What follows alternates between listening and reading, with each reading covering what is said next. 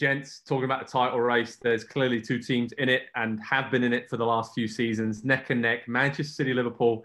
It's a huge game on Sunday coming up at 11:30 a.m. Eastern time. We're going to do something a bit different here. We're going to do a combined 11. So I'm going to pick the defenders, the four defenders. We're going to play a 4-3-3. Andy, you're going to go to midfield. And Nick, you're going to have the hard task of trying to pick three strikers. Thanks. Yeah, thanks. Yeah, you're welcome. You're welcome. And then we'll just decide a goalkeeper between us. So firstly, I'll kick this off with my back four. I'm going to go with Alexander-Arnold, right back. I'm going to go with Aymeric Laporte as one of the centre-backs. And I'm going to go with Virgil van Dijk as the other centre-back. I know he's injured, but we're doing the best possible 11 from Man City and Liverpool.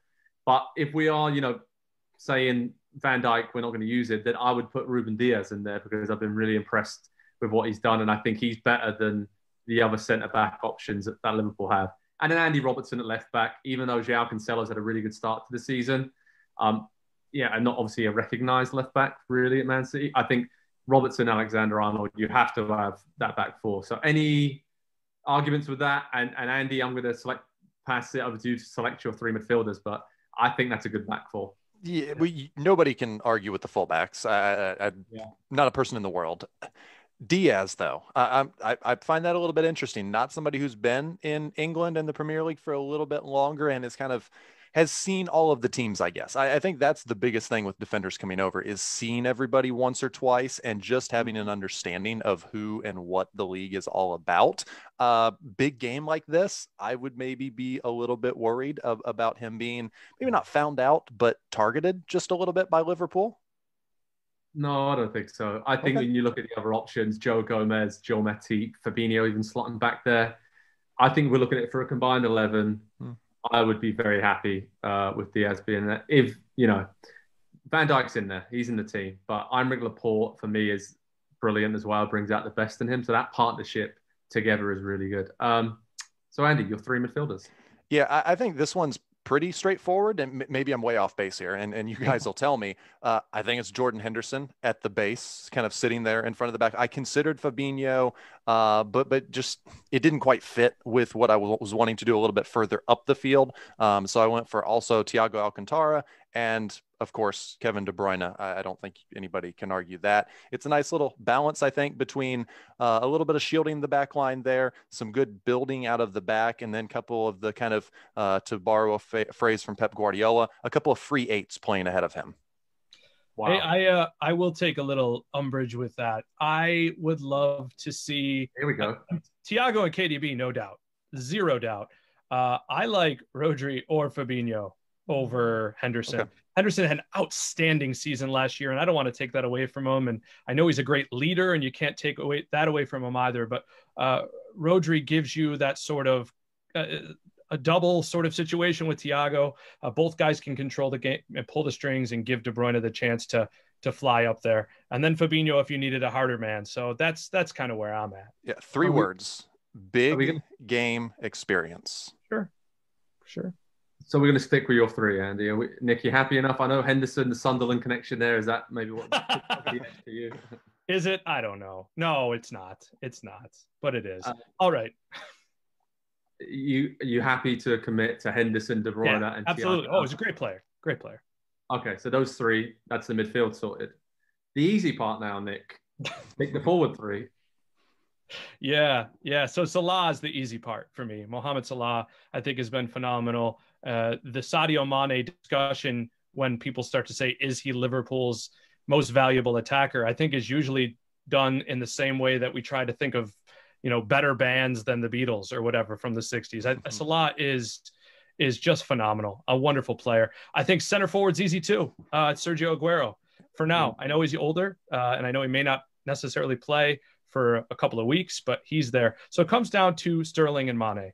And 2 seasons ago, it's not a question for me. It's Raheem Sterling.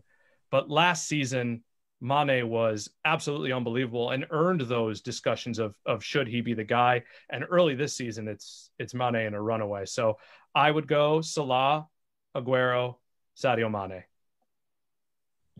Andy, any complaints with that? No, I don't think you really can. I too would go Mane just ahead of Sterling for the consistency factor, and that's always kind of been the thing for Sterling when he's at his 9 or 10 out of 10 kind of performance.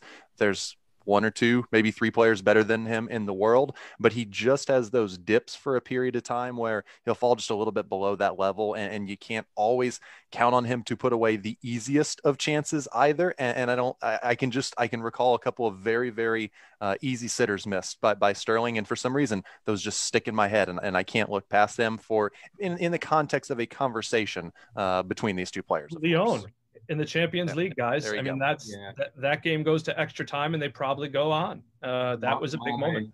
Mane would have probably scored that. I mean, he's missed some sitters maybe a little bit, but he's more clinical. He's improved that side of his game. I almost want to go with a 4-2-2-2 formation, seeing that, so we can kind of squeeze Sterling in there, because I think it is harsh. But okay, to finish up our combined 11 between Man City and Liverpool, goalkeeper, Alisson or Ederson, which one of the Brazilian powers do we put in goal there? Because they're both great. I would probably lean towards Alisson, just because I think he's done it over a longer period of time and at Roma before he got to Liverpool and made such a big difference. But Ederson did too. It's difficult, his distribution, the way that Man City asked him to play. But I'm going to lean towards Alisson. Guys, I mean, let's vote on this. I'm going for Alisson. Yeah, I'll second that. Yeah, I would too. I think both are better suited to their system. But if you were going to plop a guy down into a random team, then I choose Alisson. I just feel a little safer with him back there than Ederson, right? Ederson might come out 50 yards to try to sweep the ball up, and who knows what's going to happen then. Yeah, but Pep Guardiola would be delighted with that, because he has an extra holding midfielder who can then convert to a wing back and forth. Yeah, so okay, that's done. I mean, there was a few disagreements there, but I think overall it's quite difficult to do this because the combined 11 always seems to get a lot of conversation going. By the way, in the comment section below, let us know what you think. Put in your combined Man City Liverpool 11 ahead of that massive game this Sunday at 11:30 Eastern time. And to recap, here's who we picked. We picked Alisson in goal, Alexander-Arnold at right back, Laporte and Virgil van Dijk at centre back, even though Van Dijk's injured, but that's fine. Robertson left back, midfield three of Thiago Alcantara, Jordan Henderson, and Kevin De Bruyne, and the front three of Mohamed Salah, Aguero, and Mane. So I have it that Liverpool have 7 players, Man City have 4. So that's kind of where we're at, right? I think that's pretty fair reflection on where the two teams are at. But yeah, really intrigued to see how these two teams play this weekend. And I'm going to just one word answer. Who do you want to manage this team? Klopp or Guardiola? Nick? You kidding? Give me Pep, but only to be contrarian because you're both saying Klopp.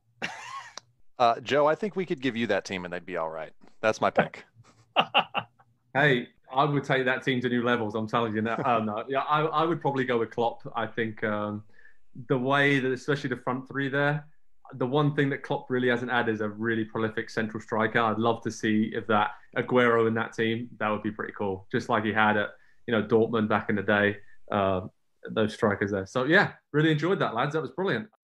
Hi there, I'm Rebecca Lowe. Make sure you subscribe to watch highlights all season long, and always join us every weekend at 7 a.m. on NBCSN for Premier League mornings. Plus, make sure you subscribe to Peacock Premium as well, where you can watch exclusively live 175 games and same-day on-demand replays of all 380 Premier League matches as well.